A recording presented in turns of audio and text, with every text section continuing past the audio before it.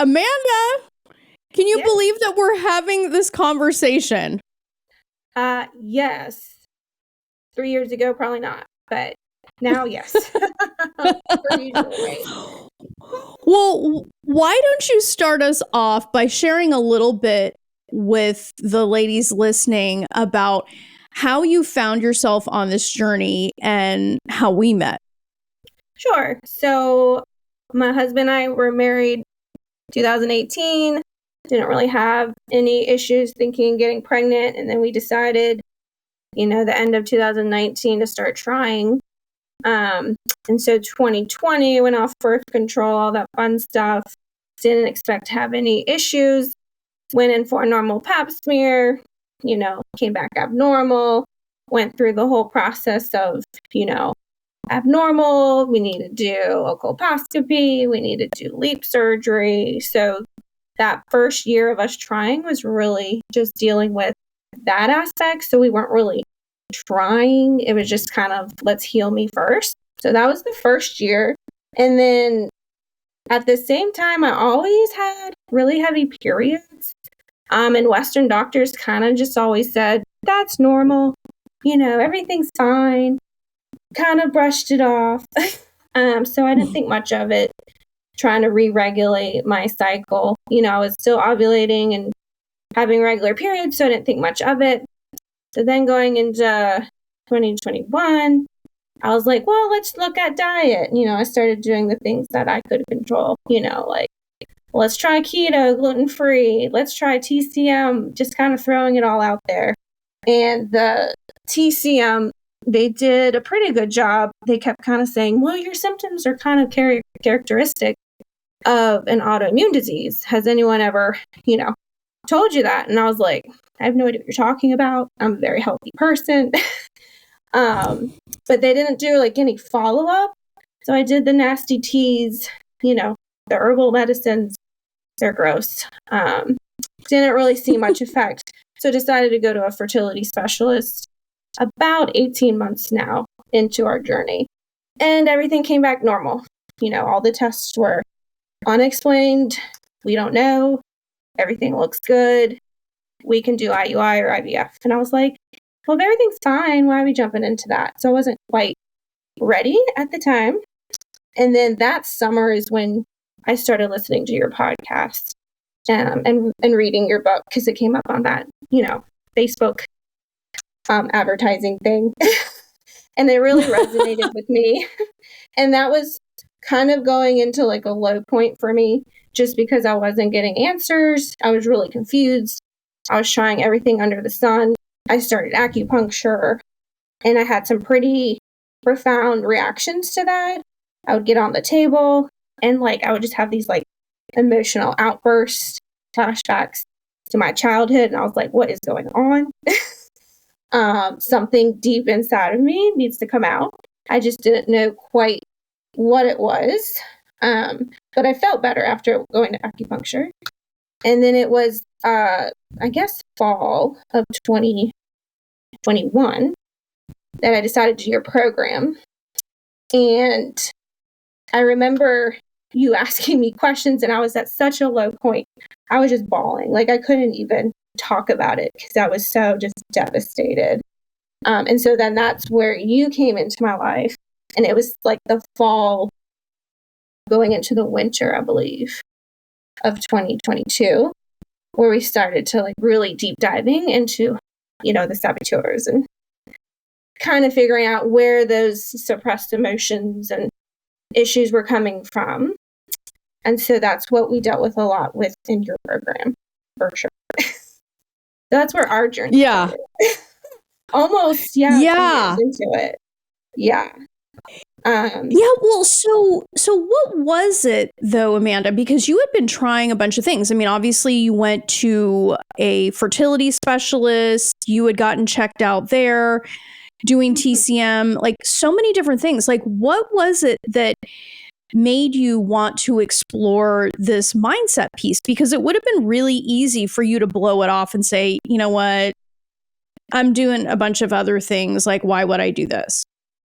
Yeah, well, I feel like you were the first person to kind of bring those kind of deep mental aspects into the game, which I had never really explored because I was just so focused on my physical health and trying to fix that, versus really looking at, how the mind and body works and just actually realizing that, what I'm thinking about, what might be subconscious that I don't know about, how that's affecting my body.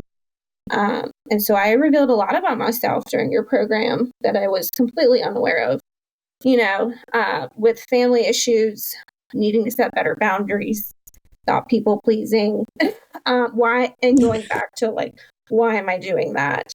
Where is that coming from? Is it a fear? Is it a lack of self-love, which is where a lot of my stuff stemmed from. And realizing, well, why didn't I really love myself? And it goes back to like repressed emotions, from childhood. So we really worked on that to break through that. And then once I started developing, some more self-confidence and self-love for myself, other things came up. And then I think at the end of your program, I started to see a different fertility specialist. And that's when they were like, oh, yeah, you have polyps. That's the reason you're not getting pregnant. And I was just like, well, where were those 6 months ago when I saw the other fertility specialist? And again, it was no explanation why.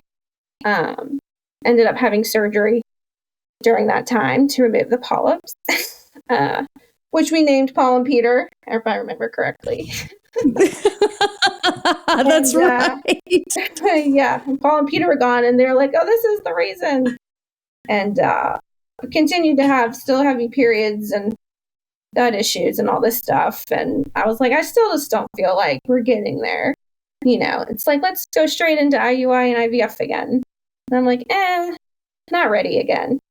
And then we started working one-on-one together. So we went another 6 months, digging even deeper into, spirituality, faith. For me, that was big because I didn't have much to rely on going through this journey. So, so many things developed personally for me and for, moving forward on this journey for sure. Yeah. Yeah. Well, I mean, think about it. You kind of went from this sort of unexplained diagnosis and then and being told, well, we don't know what's going on here. And then you had the guts to go to a different specialist because and got a different answer. And it's interesting to me because a lot of women are afraid to change doctors, or that if this doctor can't help me, nobody can help me. And we can get really trapped in that cycle of beginning to think that our options are limited. So there must have been something in you that changed in order to have the guts to go to a different doctor. And you said something that was really important, like something didn't feel right. So what was it that encouraged you to go and get another opinion? Well, when I saw the first fertility specialist, I didn't really resonate with him. He was very clinical and, by the numbers. And, I was just kind of like, he's not really looking at me as a person. I didn't feel like he really cared. I was like, let's try someone else. What's it going to hurt to get a second opinion? And I did. Well, listening to your gut. Yeah. Yeah. I mean, listening to your gut, Amanda, about, hey, I'm not resonating with this. Because like a lot of women think that that's just the way it has to be. Like not even considering, hey, I've got some choices here. Right. And I think I learned that a lot through the stories through your women, in the program, because having that group setting really helped me to hear their stories and resonate with so much that they had to say and be like, oh, I never really thought of it that way. You can just pick up on so much more they're not thinking about when you hear other women talk, So that was extremely helpful, listening to other people's struggles at the time. And then once I went to that second fertility specialist, all she could offer at the next point was IVF. And again, I still got the unexplained diagnosis. The typical low AMH, your age. I'm like, well, I'm only 35. Like, I didn't really consider age to be a problem. Like, but they throw that isn't stats at it you. funny? Yeah, I'm just Isn't like, it okay. funny, Amanda, that like when they've got nothing else, it's Yeah, they're like, your age. age. I'm like, okay. I don't know about that. Well, isn't it funny though? Because like we get messaging socially that, oh my gosh, if you have a baby before you're 30, like what are you doing with your future? Okay, so we have some messages telling us we need more education, we need to be more accomplished at work. Yet when we go and try to have our babies, we get slapped in the face with this, it's your age. Yeah. I just don't think they really have anything else to go on. But, Yeah, exactly. It's just like, you have like 3% chance of getting pregnant naturally. So we can increase that by like, my favorite is like, we can do IUI and do like 10% chance. And I'm just like, why are you so stuck on stats? I just have to like throw all that out the window. But still, something resonate with me on continuing that, going down that path at the time. Well, and think about it. Where did they get the 3%? Like, Exactly. how did they factor that? I don't know. Wow. Okay, Yeah. so that doctor didn't resonate with you. So what did you do next? So I started to look into functional medicine to try and figure out more root cause. And so I found this wonderful practitioner who you could tell was very caring, and I worked with her almost a year. And right off the bat, running blood work and, tests, she was like, no doctor's ever told you that, you have an autoimmune disease? And I was like, what are you talking about? She's like, oh yeah. She's like, you have Hashimoto, very typical, one of the most common autoimmune diseases out there, but it affects your thyroid, and pretty much your body is attacking your thyroid. And if your gut's not regulated, your hormones are affected by that, and that affects your fertility and your period. So it's like all this stuff was starting to make sense for me. I was like, oh, okay. So she's like, let's clean up your gut, literally, and see if that affects your hormones.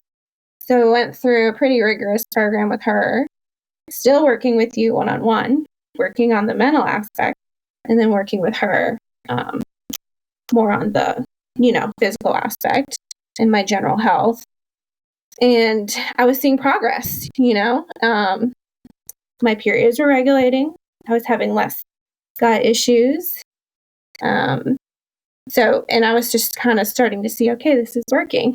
It's just, something that's going to take time, which no one on the fertility journey wants to spend time doing. But I was like, regardless if I get pregnant naturally or if I need IVF or whatever, my body will be ready. So I continued on that path until about 2023. And then that year, I was like, you know what? I have worked my butt off to clean up what I could.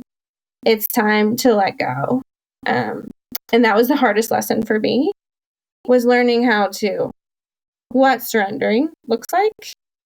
That probably took a solid year, because to me, it felt like I was giving up. I couldn't delineate the difference between surrender and giving up. And I would have like dreams about letting go. And I'm like, I need to let go. I just don't know how, because I need to control this, right? But once I realized what that meant, it was a lot easier. So I decided going into 2023, it was more about fun, more about enjoying my life, not worrying so much about diet, having drinks, kind of letting it go, and whatever happened, happens. And just knowing deep down, literally in the gut again, that it will happen, for me, whether that was in a year, 5 years, I just knew it would happen. And so we decided after 6 months of trying naturally, if nothing worked, we would go back to the fertility specialist and try IUI or IVF. Nothing came to fruition, May came around and the unexpected happened. My sweet little baby pup unexpectedly got this aggressive cancer and passed away within 3 weeks of first symptoms, very out of the blue. This was like my first baby. What's going on? Passed. And I was devastated. And this was like the same exact time I was supposed to go to the fertility specialist. And I was like, I don't know if this is a good time. I'm stressed. I'm mourning, but it takes months to get these appointments. So my husband was like, let's just go anyways. So I went there and I'm like, I'm mortified. I don't know if we should continue with this right now or wait. And she, of course, was like, well, stress doesn't have anything to do with it. And I was like, well, I beg to differ. I was like, I'm pretty stressed right now. So I was like, I don't think we need to do anything dramatic quite yet.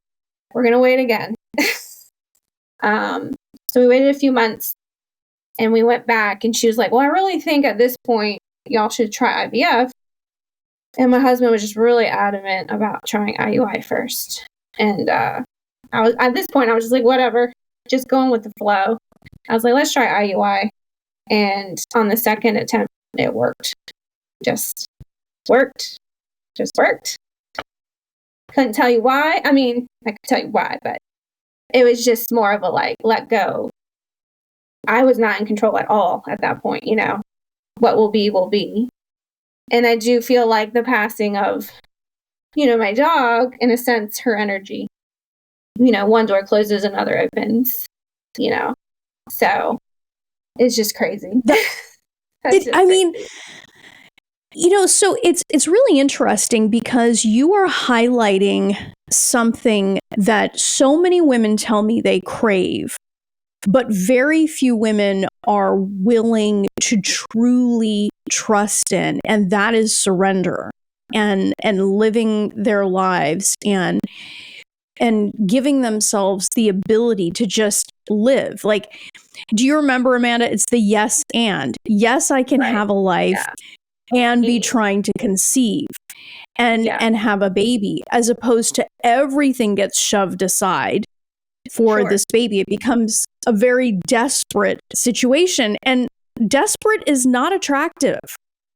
No, I mean, I kept thinking, why would this child want to come into this world with me putting so much emphasis on it? I mean, doesn't it want to come into like a fun mom who's enjoying her life? I mean, really, I know your ladies say that all the time, but it takes so much to get there, but it's true. Just would have and so much think about that. them. Yeah. Well, yeah, but think about so you said that you had made a decision that 2023 you were going to surrender, that you're just like, and I know that was a conversation we had a lot about the distinction between surrender and giving up. They're energetically very different. But once you started to get that into you, I mean, it was, and you said it was about 6 months after it's approximately 6 months, right? Because I think you said May. Mm-hmm. And then, shortly thereafter, I mean, is it at all surprising to you that having re-engaged in your life and trusting yourself that something, I mean, because you were being told that maybe IVF was the way, but you went a less invasive route and were able to do it with IUI. Mm-hmm. Yeah, completely. I mean, there has to be the energy behind it is so different, with the letting go and surrendering. And I'm not surprised the moment I decided to do that within 6 months, it came to fruition, for sure. Yeah. And I think also learning through your program, needing a spiritual, base. I couldn't get to surrendering without that because I didn't have that before. So I had to figure out what that meant for me because it's very different for everyone. And so like just learning about energy work and, whatever works for you. I had to for me, learn what that meant to surrender to something bigger. And once I had that foundation, then I could fully surrender. Yeah. So it was a long process. Well, long, but it sounds to me like, I mean, it was worth it because at this point, Yeah. Yeah. I mean, everybody wants the like overnight situation, but like every single woman that's ever been on this podcast will describe this transformation. What's interesting about what you're highlighting though is like once you make the decision to make it, it gets, like you get to where you want to go so much more quickly. Because think about it. You started back in 2021, and then here you are in 2023 making this decision, but the actual amount of time is very short. We're talking about like 6 months within 6 months of you making that decision, and all along, implementing all these different things that you learned about diet, about gut, about mindset, all these things. When you really look at the timeline, it's actually quite short from the time when you made the decision to when you finally conceived. That's for sure. And I have to say that learning all this was very beneficial being pregnant because it continued, the saboteurs. So around 10 weeks, I had an issue. I was hemorrhaging pretty badly, and I had to go to the hospital and had what they called a subchorionic hematoma. Was told this child wouldn't make it. It was pretty much said, here's the diaper and go home. Good luck. And so that's what I was told. And so I literally had to surrender to no control over this. The worst experience ever. And, I remember in the hospital, my husband, I just hold hands and be like, well, he's a miracle and he's still alive right now. It's a boy, obviously. And we just kind of went home and was like, it's out of our hands. There's nothing we can do. Let's hope I stop bleeding. We went to bed not knowing and woke up and the bleeding stopped. But if I hadn't surrendered, I don't know if I would have had the same outcome, because I had no control. That was the advice I was given. Mm-hmm. Wow. Here's a diaper, go home. Yeah, it was awful. This baby's not going to make it. Holy shit, Amanda. Yeah, it was pretty scary. Probably the most scared I've ever been in my life. But at the same time, I used all my training, was like, baby's still alive right now. And there's nothing they can do if this is going to happen. So I'm surrendering to what needs to happen right now. And when I actually fell asleep, expecting, to wake up to kind of a disaster, but woke up to bleeding stopped. Right? Wow.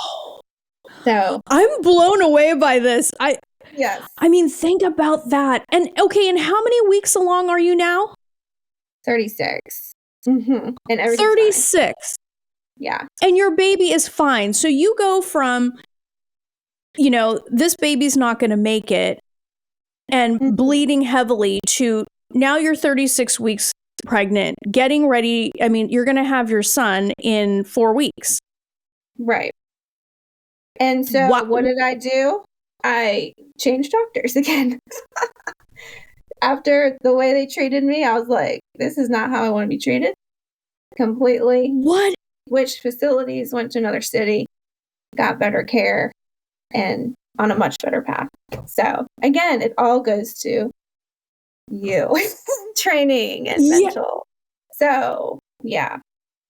Oh my gosh, we got to back up the bus there because, I mean, think about what you're saying. I mean, there is, it never ceases to amaze me how the lack of humanity in this process. I mean, it just, I'll hear one thing and then I'll be blown away, and then I'll hear something else and be blown away yet again.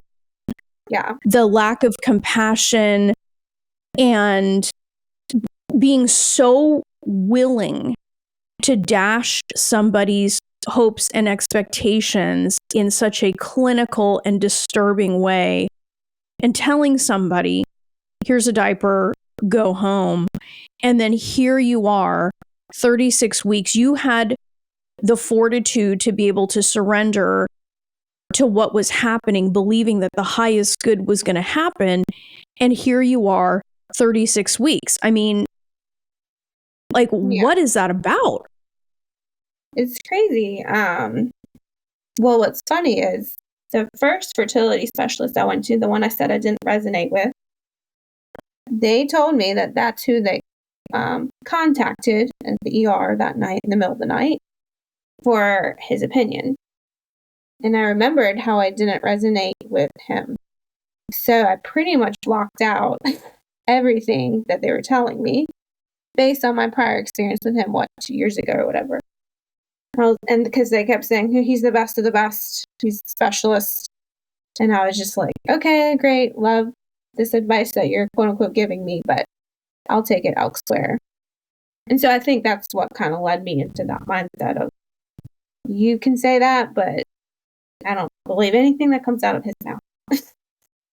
So, wow, Amanda, like, think about that. I mean, think about who you had to become. Like, really think about this. Think about who you had to become in that moment of crisis and how much you changed and how much you had to develop to be able to trust yourself in that moment when the quote unquote best of the best was telling you that this baby isn't going to survive. And and here you are. Right. Yeah, again, surrender into something higher than myself. And the first thing I did was the next morning, once I stopped bleeding, I called my parents, and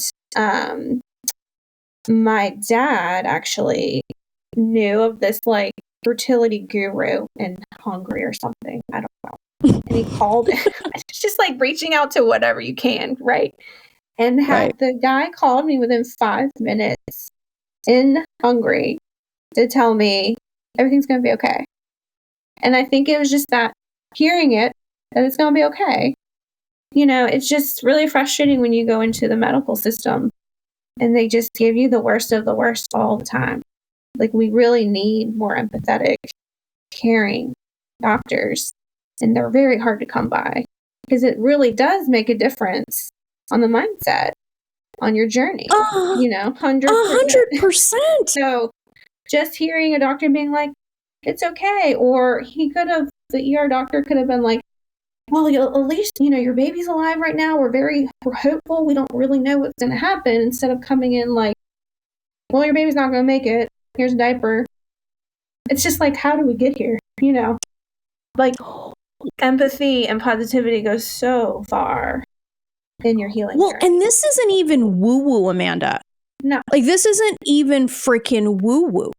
Like, we see this in data coming out of cancer patients, people with terminal diagnoses. Like, and I'm actually reading a book. We're going to have Dr. Ellen Langer on the podcast, and we're doing an interview with her, a Harvard scientist, researcher.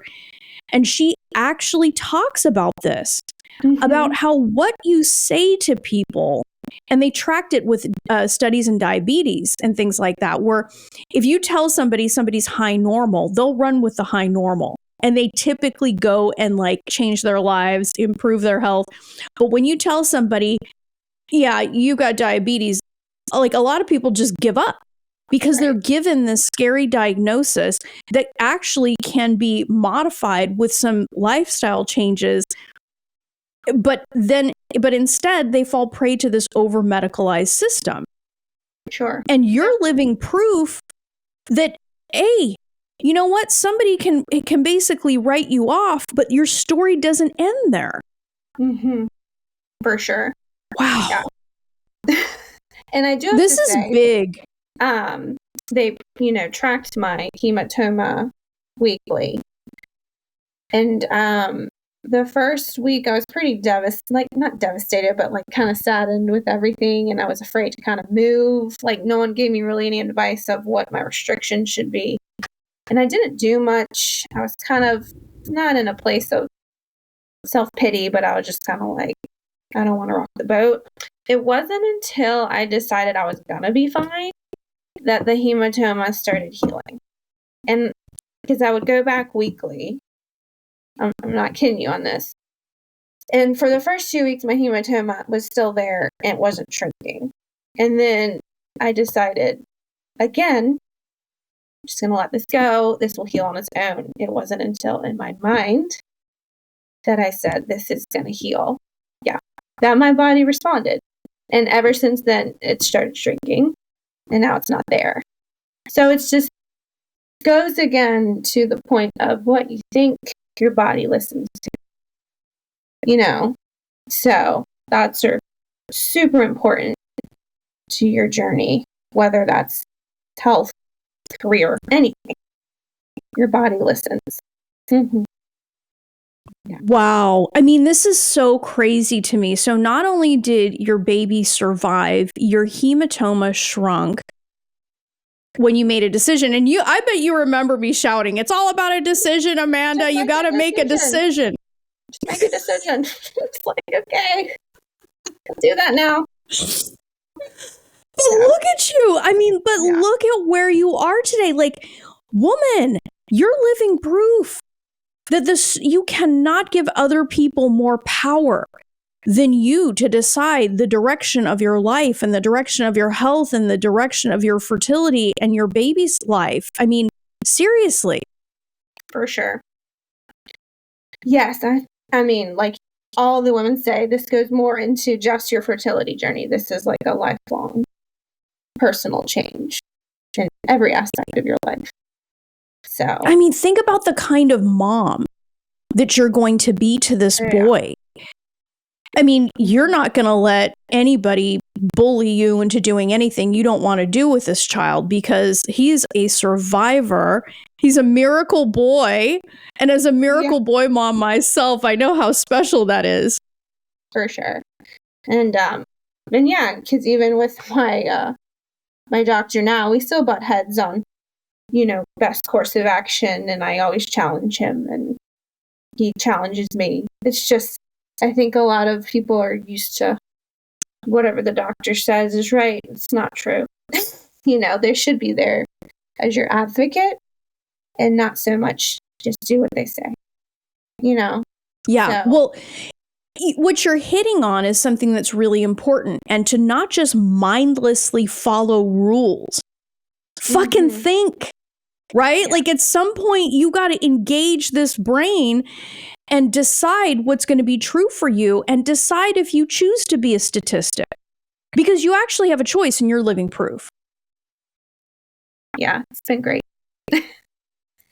I mean, think about that. Like because technically you had, because they gave you 3% for conceiving naturally, 10% with IUI. Mm-hmm. So you had a 90% chance of failure, but you chose to focus on the 10% chance of success. Yeah. It just kind of came to a point, it's like, well, that doesn't work, we'll try something else. It's just, you just keep going until you get what you're, the end prize.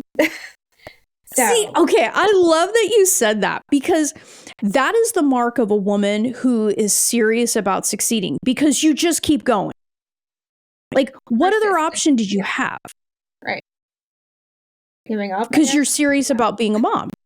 Right. Yeah. Like, you had a very clear and do have a very clear vision for what you want in this life. And instead of being miserable, you chose your vision.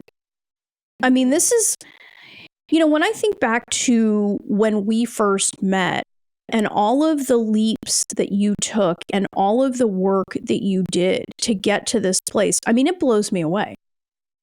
Like seeing you here now.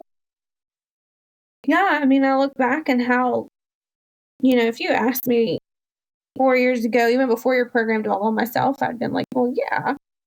But until you do the work, you're like, maybe not, until you really look deep down into your subconscious. And, I always just tell people, do the work, because you don't know what you're really thinking. Like for me, going through the process, I didn't really know what I was thinking. I was just on like, helicopter mode or whatever, pilot mode. You just go to work, you become productive, you don't really think what you're thinking.